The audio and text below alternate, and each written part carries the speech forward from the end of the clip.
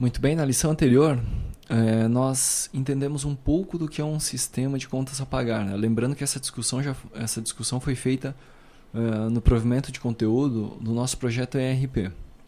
Tá, ok? Então, uma vez que a gente entendeu qual que é a proposta desse sistema, a gente vai ver qual que é a arquitetura, ou entender a arquitetura geral da nossa aplicação, do nosso sistema.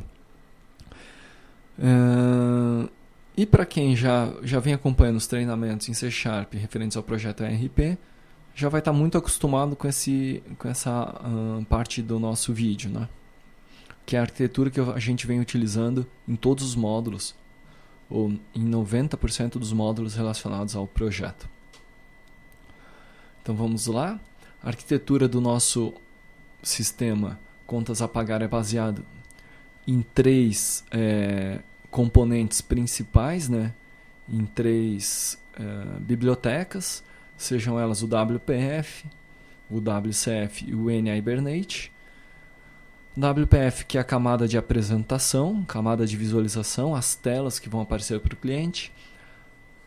O WCF responsável pela camada de serviço e comunicação, né?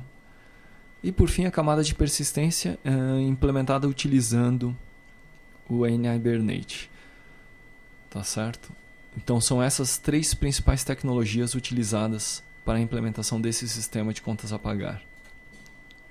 O WCF, que é a tecnologia de comunicação e para a implementação de aplicações orientadas a serviço da Microsoft, é baseado em 3 estruturas, que são os contratos de serviço e os contratos de dados e os endpoints.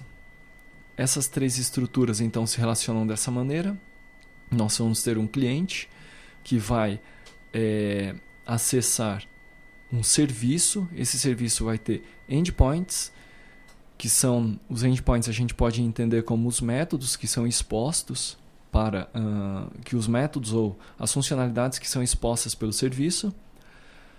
E sempre que a gente falar em exposição de um endpoint, a gente vai falar também, significa também um endereço, um binding e um contrato, né? Muito bem. Então, em cima dessa camada de serviço, a gente constrói uma camada do cliente, que é a camada que roda no cliente, que é a camada implementada com WPF. E aqui, então, a gente vai ter o nosso cliente WPF chamando a nossa camada de serviço, que vai, então, chamar nossos componentes de negócio, nossas classes de negócio, que, por sua vez, quando necessário, quando for necessário, vai chamar o nosso NHibernate, que é o nosso framework de persistência para acessar a nossa base de dados, que no caso não é SQL Server. Então essa é a estrutura do nosso sistema.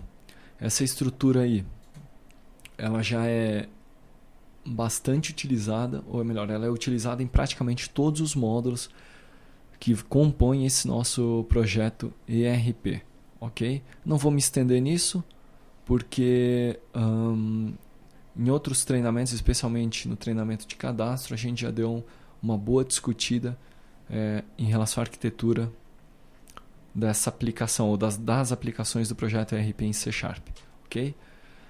Na sequência, então, nós vamos já entrar na parte vamos falar um pouco já da implementação, começando pela estrutura do banco de dados.